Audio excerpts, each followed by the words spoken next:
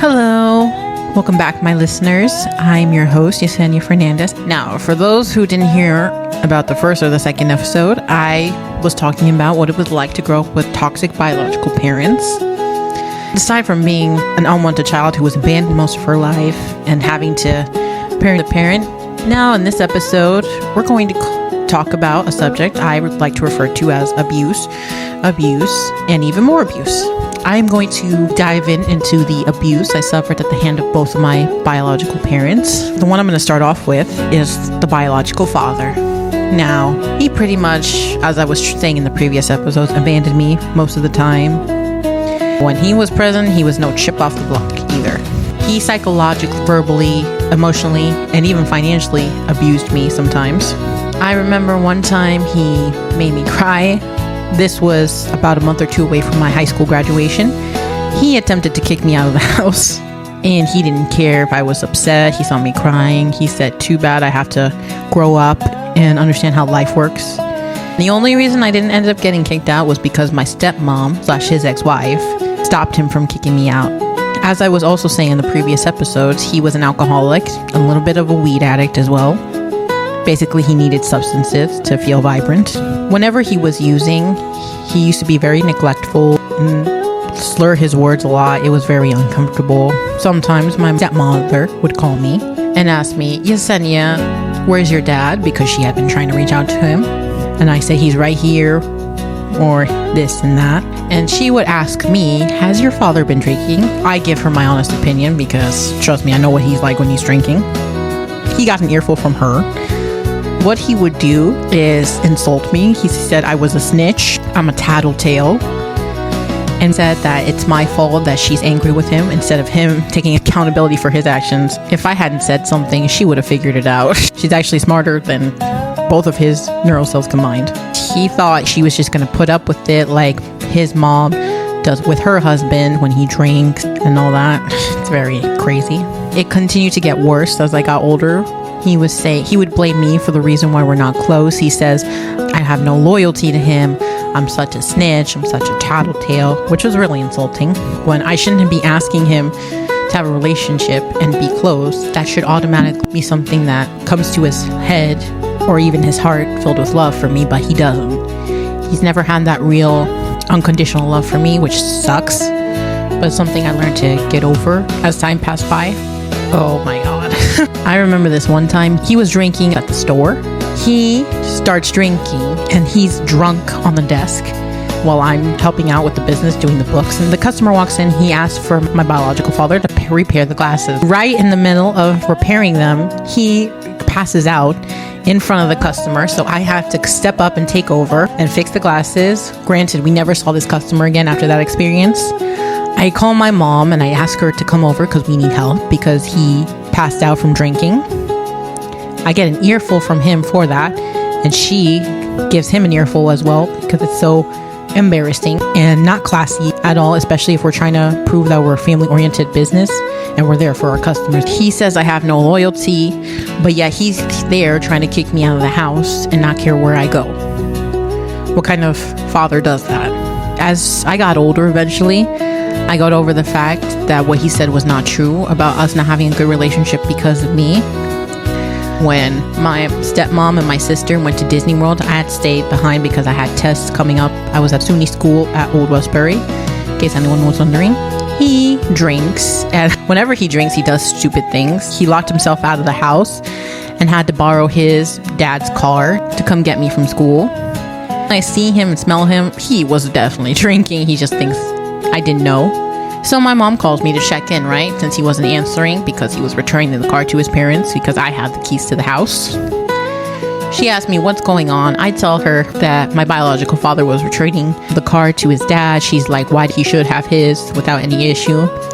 I told her the situation. She asked me, do you think he was drinking? He definitely smelled a little bit like it. And from the way he picked me up, he was. The next morning, he goes to take me to college classes, and he says, why did you tell your stepmom that I was drinking? I told him. She asked me if you had drank, and I responded with my honest opinion. He's like, you're such a tattletale. And then you wonder why we don't have a good relationship. I I told him, she asked me. It's not like I was going to lie. I gave my opinion, and it's not like she wasn't going to figure it out. When do you ever go to your parents' house unless you need something? He said, Yesenia, you never have loyalty to me. You're always doing this and that. I'm like, you know what? You are not going to blame me because you should be mad at yourself. You're not supposed to be drinking, and yet you're here doing it anyway. You're the one with the problem. If you don't want to admit it, that's fine. But you are not going to blame me for what's going on. Whether or not I had done something, she would have figured it out. She's not an idiot. Stop acting like she is one.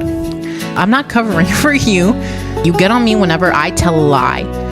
But yet here you are doing the same thing. How on earth does that make any sense? Am I right? Then after that, we basically didn't say a word to each other. And I ended up taking the bus home after classes were over because I did not want to deal with that. In that moment, I realized his marital problems were not my fault. It was his own fault for being a drunk and lying about it.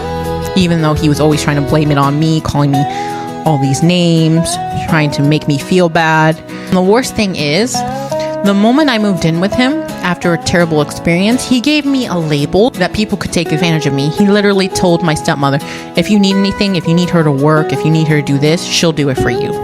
And then he says he's the one who's always getting taken advantage of. Who does that to their own kid? And then having to sit there and baby you, it's crazy. After he and my stepmom got divorced, well, he knew that divorce was coming. He was just being in denial and didn't want to accept the fact that it's over. He still had hope she would give him another chance because, unfortunately, she gave him more chances than he's probably had showers. He was trying to make all of us feel bad, saying we used him for many years. And no, dude, we did everything we could to help you. After she said her last words and said, we're over, we're going to get a divorce, he didn't look for me. He didn't speak to me. He didn't try to email me, nothing. He didn't care. And the psychological abuse and the manipulation was actually a thing going on for many years. Once we officially did move to Florida and he saw that it was over between him and my stepmom, he tried to make our lives impossible. He took away our car that we needed and that he agreed to give us. He tried to take my phone away and he cut off our cell phone service. So we had to go at the last minute to a Cricket store near our home and get new cell phones. On top of that, he said some things to the realtor, the landlord, I'm not sure who. And we were forced to leave the home because he kept harassing us. He kept stalking. He even sent me this awful email. I blocked him out, but he said, "Good morning, Jess. Please deliver this message to your stepmother since I don't know any of your numbers." Unfortunately, we had to change them because we couldn't get it back from the T-Mobile provider we had previously.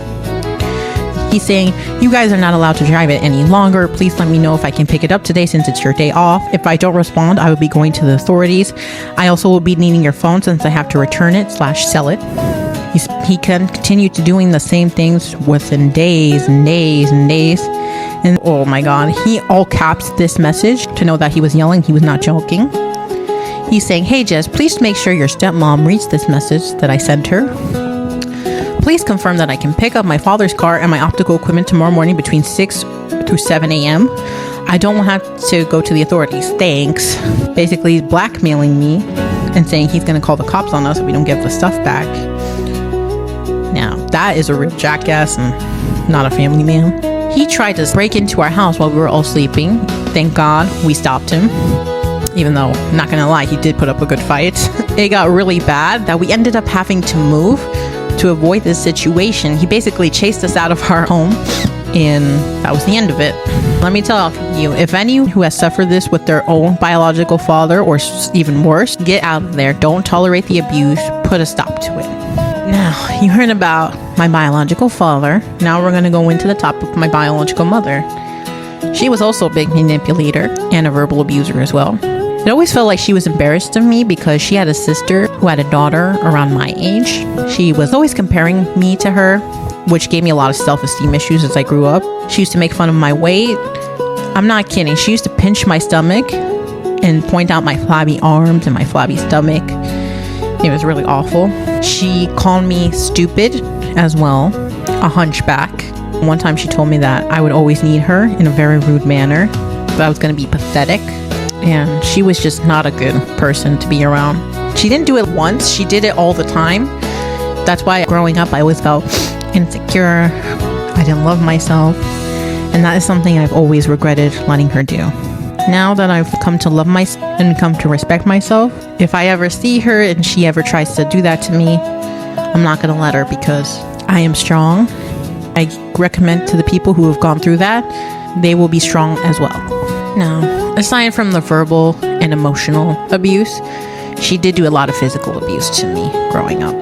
When I was a toddler, it started like simple slaps, sometimes pushing me. She was easily triggered by me. I don't know why.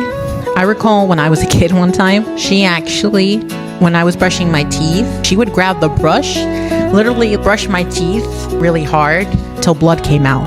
I used to think that was normal, unfortunately. And then a couple of times, this is the story I'll get into later, but sometimes when we used to go into the mall and go into stores like Children's Place or Old Navy, she saw I was looking at stuff and touching it. It annoyed her. She pulled me into the dressing room and smacked me so the cameras wouldn't see. And I had to hold back my tears every time she hit me, because here's the thing. She told me that if I cried, it would just make it worse, and she's going to hit me even more. And then diving into a couple more stories that is crazy. I'm going to tell you about a time that she hit me the day before my birthday. It was before my 11th birthday. Well, I had math homework and she told me to confirm that I was right by her boyfriend, even though this guy was no accountant or math genius. He's a guy who set up counters in people's homes. She expected me to go to advice to a guy who did counters for a living. Not even for a living, just jobs here and there that he got from my uncle. So he said it was wrong every time I was doing the math. But I told them that I spoke to the teacher and he said the way I was doing it was right. He said, nope, she's doing it wrong. And I didn't know what to do, but I honestly felt like he was doing it on purpose because he wanted my mom to hit me because he didn't like me, and vice versa. I thought he was a jackass. She grabbed the belt and she kicked my butt that day really bad. I've never felt so much of a belt. She's done it before, but this time it was more serious. I cried myself to sleep that night. And she did not give a damn. This was even worse than when I did a funny joke that I got from a Drake and Josh TV show. I was doing it to her. What she ended up doing was she sent me to bed without any dinner. I went to bed at 5 p.m. and she starved me. She did not care at all. What kind of mom does that to a kid? Am I right? And then, oh my God, it got even worse. As we continue to be with that moron she had for a boyfriend/husband now, when we were living in that basement that I told you guys about in the previous episode, I was pouring orange juice into my cup, right? And what ended up happening was I accidentally spilled it because I tripped. This triggered her so much. What she ended up doing was she ended up pulling my hair and dragging it all over the basement and then hitting me with her chancleta really hard and spanking me on the butt. All because I spilled some orange juice by accident. Granted, it was an accident. I did not do that on purpose. The worst part is she told me never to tell anyone or I would be taken away to foster care. Nobody would ever want me. That's why I never told anyone. I recall this other time. I don't know if you've ever had it, but I once had a crappy burner type of phone that ran on minutes. My grandparents on her side got it from me since they were too cheap to actually get me a real cell phone or an iPhone that didn't run on minutes. The phone ran out of minutes as I was getting off of school and walking home. I didn't realize that it had ran out of minutes. So I attempted to email her to tell her that I was home, just so she could see I tried. When she comes home, she screams at me and tells me, "Why didn't you call me to let me know?" And I explained to her the situation. She didn't care. She's like, "I don't care. You're supposed to call me as soon as you get off of school."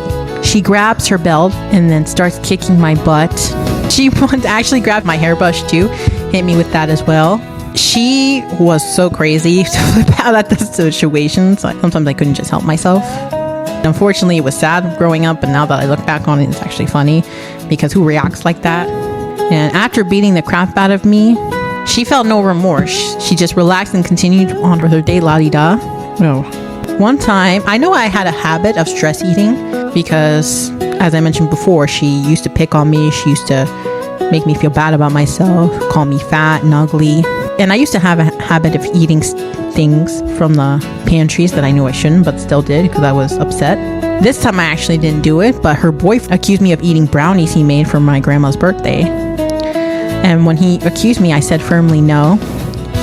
She told me not to yell at him or speak to him like that. She hit me with her flat iron on the head while it was still on. I did nasty bruise that lasted me about a week, and everyone kept asking me at school, what happened to your head? I had to tell a lie and tell them I fell because I was so afraid of her. Now, I'm going to tell you about the worst beating she ever gave me. Buckle up your seatbelts because it's going to be a really traumatic story, but I'm not going to cry. I managed to get over this. One time I got into a little bit of a discussion with her boyfriend. She accused me of giving him an attitude. So while I had clothes on, I was wearing a blue tank top and shorts. She threw me in a cold shower with my clothes on and made sure that I got soaking wet and everything. I started to cry. I was really trying hard not to, even though she did everything she can to make me feel bad and humiliate me. She told me, don't you dare cry. She's like, get out and take off your clothes. As I'm crying and I'm stripping naked, she loses her shit on me. It comes out, she beats me with her belt, sandal, and full on attacks me like a crazy person. This happened for a full 20 minutes, and as that happens, her boyfriend is on the corner making eggs like a dumbass and just enjoying it, I feel. It didn't affect him at all because he didn't care. And once she gives me this beating, she threatens me and tells me, if you tell your grandparents what I did to you, I swear to God, we're leaving this house and I'm going to do something even worse to you. I was really trying hard not to, but then they come home an hour later, they see me upset and crying with tears in my eyes because I never got over that situation. Ask me what happened. She gives me a look saying, you better not tell them. I ended up doing it. She tries to force me to leave with her, but they try to stop her. And what does she do? This psychopath, I'm not joking, she literally nicknamed herself Miss Psycho, attacks her own parent, tries to beat them. She even ended up scratching her own father and her mother. It's their fault because they never knew how to put limits with her and show her how to respect her elders. How do I say it? She was a spoiled, entitled brat. What I'm saying right now are just little bits of what she's done to me. She's done a lot of beating with me, with belts, with shoes, with physically slapping me, punching me, pulling my hair out. She used to do this all the time, hitting me with the flat iron. She once even threatened to burn me with an iron because instead of her shirt nice and perfect, it was a little bit wrinkled. It's like she wasn't aware that I had just gotten up and she was annoying me to iron her shirt as I was her assistant. I used to be scared and not tell anyone these stories because she always told me if I told someone, she would drag me with her and the beating would get worse. Or throw me into foster care and no one's going to ever want me, and she'll make sure no one does either. I used to be really awful when these things would happen to me. I'm going to talk about how I used to deal with them in the next episode coming up. But I'm not telling you this to victimize myself. I'm telling you this because I don't know if you're someone who's experienced this type of physical abuse or even worse. I want to give you guys a voice so you can speak out on it and don't fall into those threats that no one's going to want you or that's just going to get worse. Put an end to your own physical abuse that's going on by your biological mother, biological father. You are a gift from God and you should not be treated like trash. No matter what, no child should ever endure any abuse from any parent. And then this is it for this episode. Thank you so much for listening. And I hope you're here for my next episode, known as Scared to Fall in Love. Thank you all. Have a wonderful day. I'm your host, Yesenia Fernandez.